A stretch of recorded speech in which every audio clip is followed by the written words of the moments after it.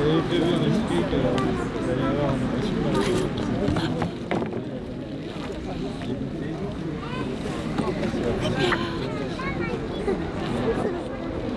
C'est pas trop lourd?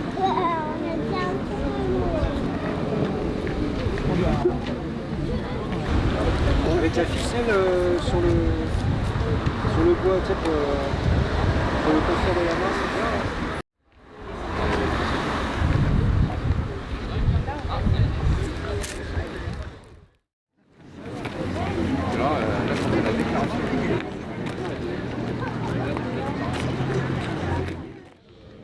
Nous sommes les très nombreux maillons d'une longue chaîne d'hommes et de femmes qui, chacun et chacune, modestement, souvent maladroitement, avec leurs mains, avec leur corps, avec leurs âmes, luttent depuis des siècles sans relâche pour retrouver une relation d'amour avec la terre, empreinte de respect, de confiance et de reconnaissance.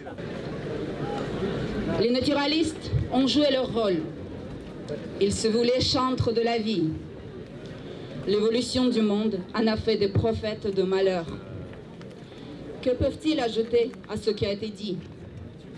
Doivent-ils à leur tour entrer dans la ronde politique, affronter la pollution des partis, le milieu trouble des luttes pour des faux pouvoirs? La politique de l'avenir, s'il en est une, devra considérer les problèmes de la nature et les problèmes humains comme une seule et même matière. Mais ce n'est plus à des spécialistes de l'inventer. Il reste seulement le temps de refuser, et ce temps est compté. Les forces de sommeil à l'œuvre dans nos sociétés deviennent chaque jour plus oppressives. Beaucoup ont déjà les yeux mi-clos, ne se reconnaissent plus qu'en ceux qui les masquent. Si la nuit vient qu'on appellera bonheur, c'est fini. Pour les démarches préliminaires, cessez de vivre sur l'ordre des choses inutiles. Apprendre à déceler les pollutions les plus insidieuses et les plus néfastes, celles qui atteignent l'esprit. Se rappeler qu'il n'y a pas loin du parc à la réserve et de la réserve au bagne.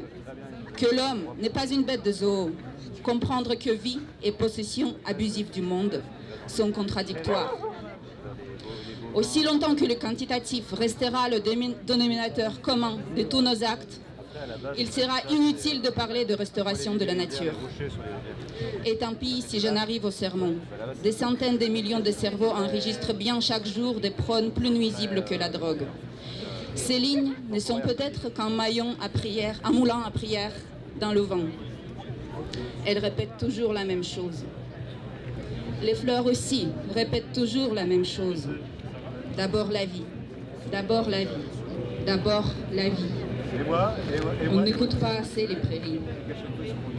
Pierre Le Tagui, 1972, l'environnement végétal. Merci à toutes et à tous d'être là. À très vite, avec espoir et détermination. Thierry Thévenin.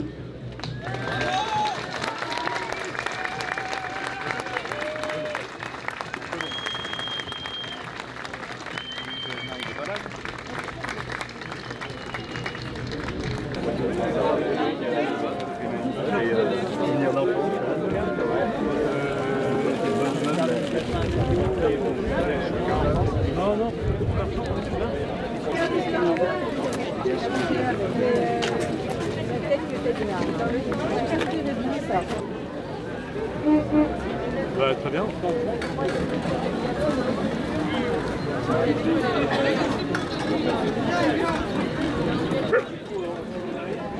Peut-être avancer un peu vite. Non, ça va, au Non, final ça j'ai va. rattrapé les... T'as pas les pancartes, hein, y a rien.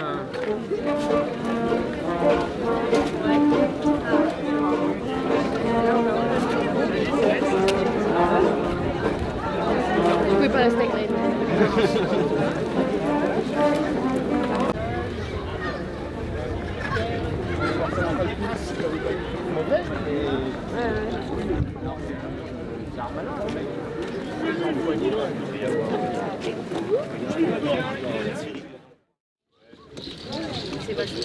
Lettre à Antoine de Cockborn, président de la société Biocil.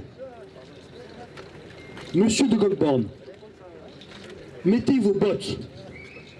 Venez découvrir notre forêt, que point vous ne connaissez. Pas étonnant que vous ne puissiez l'aimer au point de vouloir la raser.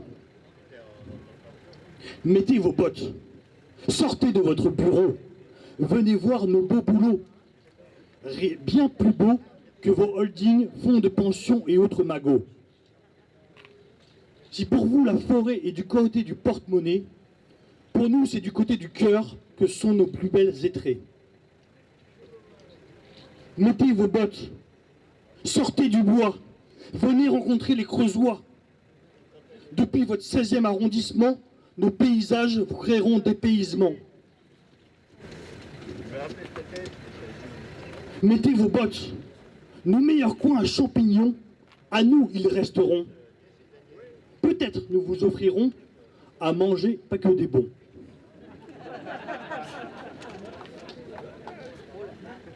Mettez vos bottes, détrempés sont nos chemins forestiers, avec votre projet vous embourbez. Vos granulés, vous pouvez les garder, on cherche des bûches pour nos foyers. Mettez vos bottes, avec votre usine à granulés à peler, vous voulez nous enfumer. Vous allez voir avec quel bois vont se chauffer les Creusois.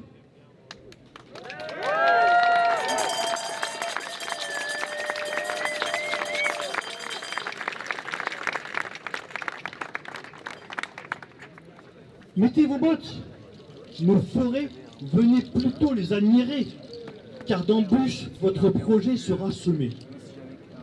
Nombreux sont venus défiler, les manifestants aujourd'hui aguerris.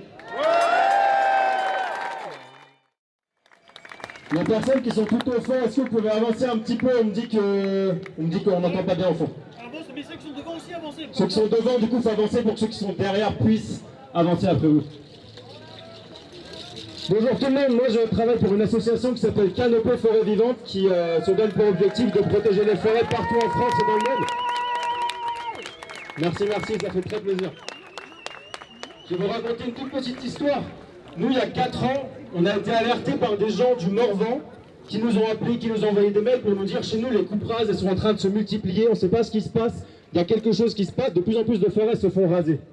On est allé les voir, on est allé chez eux, on est allé dans le Morvan, moi je ne connaissais pas, c'est très beau, c'est vallonné, il y a des lacs, il y a des belles forêts, ça ressemble un petit peu à la Creuse par certains aspects.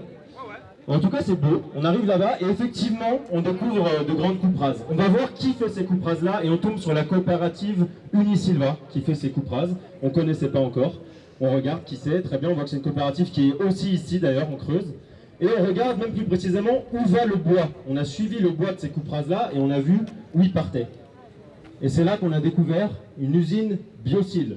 Parce que Biocil a déjà des usines, il y a déjà plusieurs usines Biocil qui existent, dont une à Cosne-sur-Loire, juste en dessous du Morvan. On est entré sur leur parc à bois à travers un trou dans le grillage pour voir quel type de bois ils utilisaient, si c'était bien le bois qu'on avait vu depuis la coupe rase. Et c'était bien ça, c'est-à-dire que c'était du bois de feuillus, d'arbres feuillus, qui avait une capacité d'être développé pour en faire du bois d'œuvre si on l'avait laissé en forêt, si on l'avait laissé grandir. Au lieu de ça, ils ont été rasés, toutes ces forêts ont été rasées pour faire dépeler des granulés de bois dans l'usine Biocil de Cosne-sur-Loire.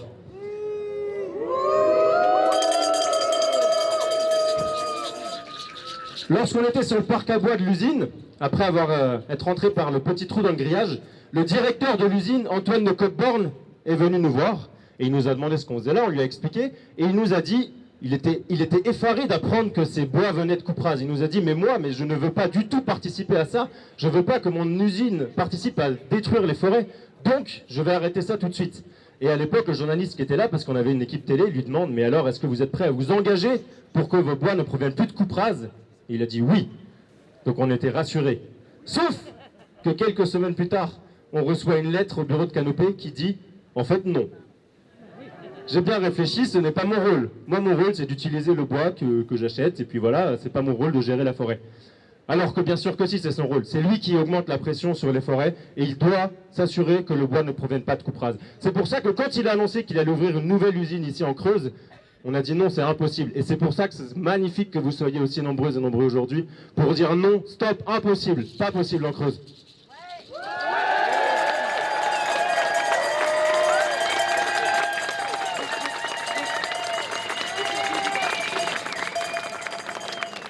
La préfète de la Creuse dit qu'on s'alarme pour rien, qu'il n'y a pas de risque, puisque elle dit, je cite, que l'impact de l'usine n'impactera en rien la croissance de la forêt creusoise. Alors moi j'ai vérifié, je suis allé voir les chiffres de l'IGN, l'Institut géographique national, qui nous dit combien il y a de bois sur pied, donc de bois dans les forêts creusoises.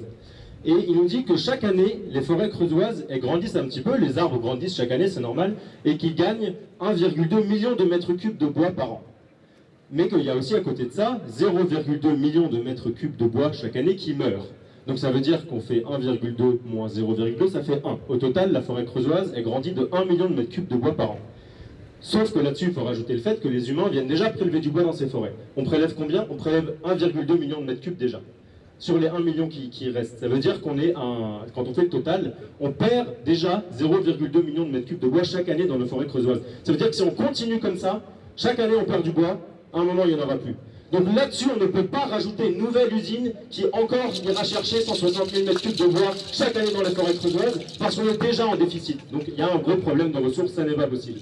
Donc nous, Biocil, on va les poursuivre pour qu'ils empêchent de monter cette usine ici. On a déjà déposé des recours juridiques. On les empêchera aussi ailleurs s'ils bougent, parce que eux, ce qu'ils disent, c'est s'il y a trop de manifestations ici, on ira ailleurs. Non, nous, on va les poursuivre aussi ailleurs, partout où ils iront.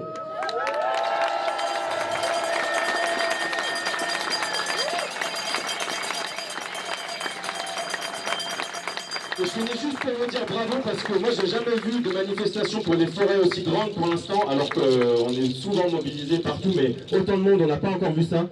Bravo à vous, je sais qu'il y a déjà une répercussion dans les médias nationaux. À l'instant, on était en direct sur France Info, ce soir il y a le 20h de TF1, il y avait France Culture hier matin, ça c'est pour les grands médias, mais ça continue, ça c'est vous. Bravo!